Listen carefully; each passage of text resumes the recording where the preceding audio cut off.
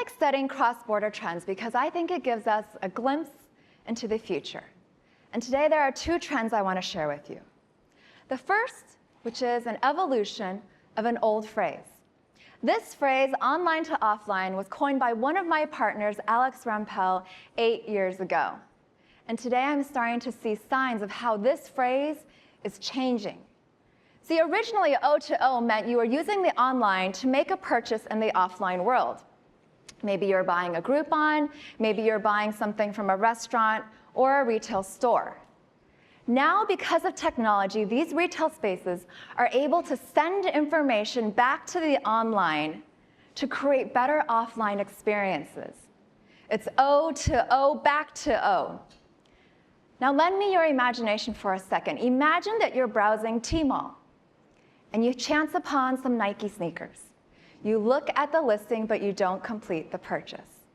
The next day, you go to a department store, you try on the shoes, and you make the purchase, and you pay with Alipay. Now Alibaba can take credit for that purchase. You see, that completion of this virtuous loop is the holy grail of advertising that no other e-commerce tech company has ever been able to achieve until now. I call this new phenomenon online to offline 2.0, and it is the precursor to a seamless digital society, one in which our online behaviors, all the sites that we visit, all the things that we linger on, start to influence our offline worlds and vice versa. Let's see a couple examples of how this is playing out. This is a photo of a Walmart supermarket in Guangzhou, China.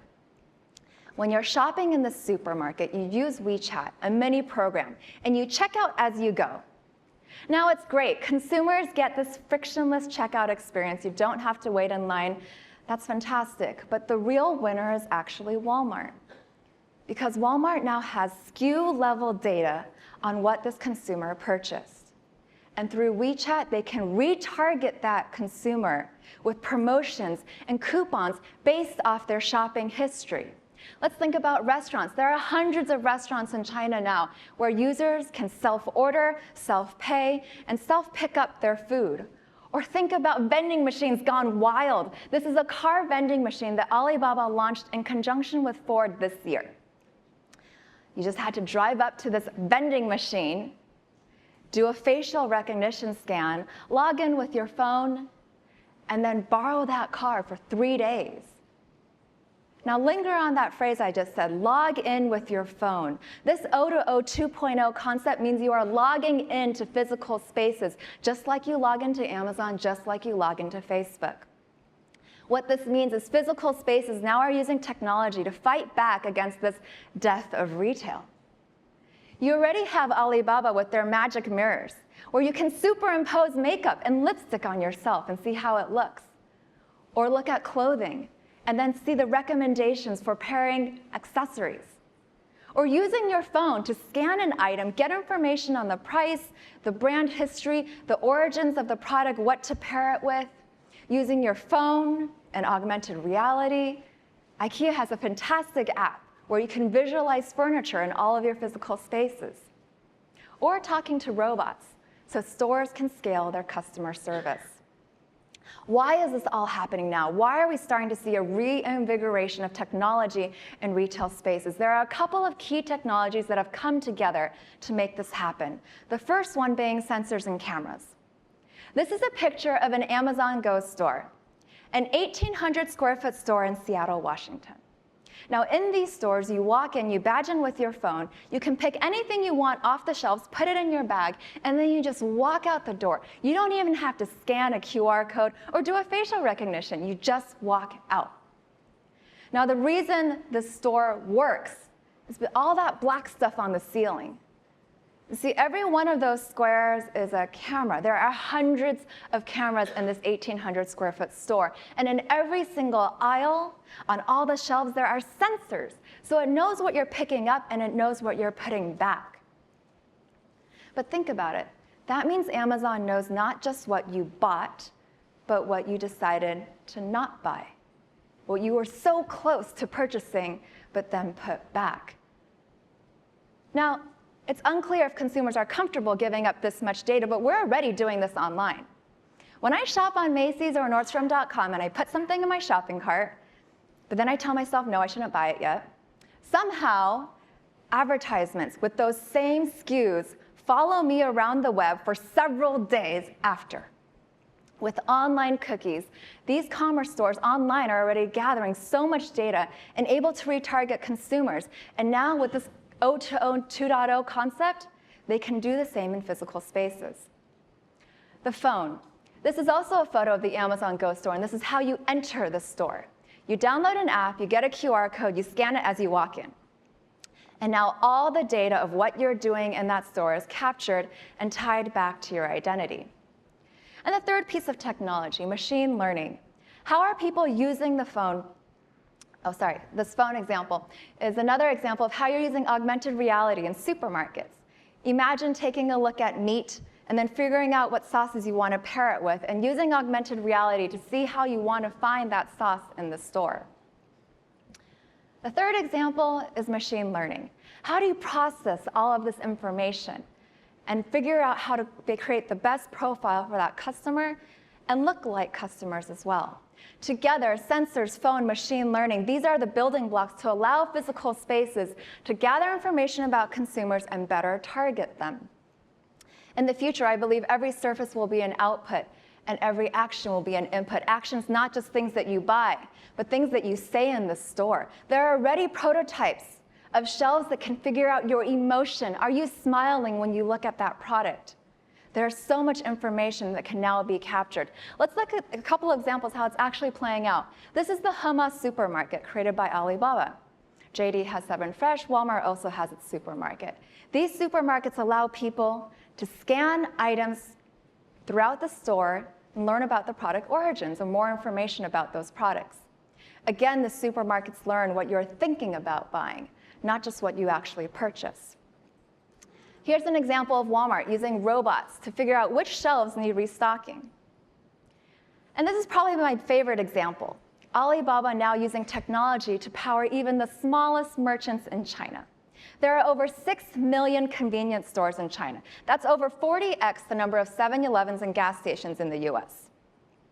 And now these merchants not only can transact using Alipay and digital payments, they get data analytics on which SKUs sell and which SKUs don't.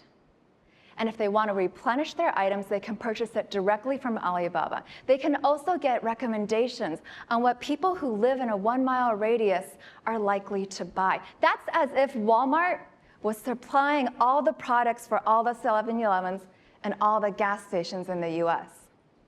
If Alibaba pulls this off, it's a tremendously huge vision. Alibaba will call this concept new retail. Tencent will call this smart retail. The main difference being smart retail requires no human intervention. I still go back to O2O 2.0 because I think this idea transcends retail. It goes into physical spaces, public spaces, streets. Think about commercial workplaces. Right now, you're already using a badge to get into the door, to get to the elevator. Imagine if that badge can now tell your employer, how long have you been working? How many meetings did you take? Which meeting rooms are being utilized? Think about residential spaces. People have IoT devices already that are linked to their phones. But how can they also use their phones to interact with utilities, interact with their neighbors around them? What's it going to take for all of this to start happening globally? We're already seeing so many signs of experiments. I think this brings me to the second trend, which is moving from mobile first to mobile only. China's new normal is mobile only. It's not mobile first. Mobile only means that you look at your phone not as an access point, but as an entry point, and that has extreme implications for how product and design take shape. In China, people are using phones as an extension of their online identities, that critical bridge between their online and their offline selves. So it requires a couple different mindset shifts. First, mobile as remote control. Right now, you can use WeChat not just to chat with your friends, but to unlock the bicycle next to you, to order food at a restaurant, to book a karaoke bar. You can think about mobile as a wallet, Alipay or WeChat payments as mechanisms to pay in this cashless society. Mobile as ID, how do you badge in? How do you log into these physical spaces so that retailer and merchant knows exactly how to target you and complete a sale? This means that all of us need to start rethinking mobile experiences as we enter this mobile-only world. You see, so many of us who are trying to get information on the PC, oftentimes our windows look like this, with 10 plus tabs, yeah? The problem is tabs on browsers don't work well on the phone. So instead we have home screens, or we have super apps, such as Gojek in Indonesia. An example of how mobile-only design can be seen is in this Taobao example. This is their PC version, this is their app. But I draw your attention to the tabs on the bottom, where you can see not only your dashboard, but also get information from influencers. Talk to merchants you've purchased from in the past, and also look at your shopping cart, things that you've bookmarked, likely to buy. Compare that with the Amazon page, where the app basically looks like a smaller version of the PC. This example is brought to light when I bring a contrast between the same listing for a box of chocolates. The Taobao version is visual, not focused on text. It promotes a concept of infinite scrolling to give you all the information you need. You don't have to tap in to get more descriptions. You don't have to tap in to get to the features and details. All that information is in one place. You see, mobile only doesn't just mean a rethink of how people are accessing your content. It means a rethink of product and design principles. We live in a world where it's normal to log into your email, log in your Facebook and Amazon, and expect personalized experiences. And I believe we're walking into a world where we're going to start seeing physical spaces around us also able to offer those personalized experiences. It may be scary, it may be exciting, but it's happening. I see too many examples of O2O 2.0 to ignore. And I believe the seamless digital society is already here. Thank you.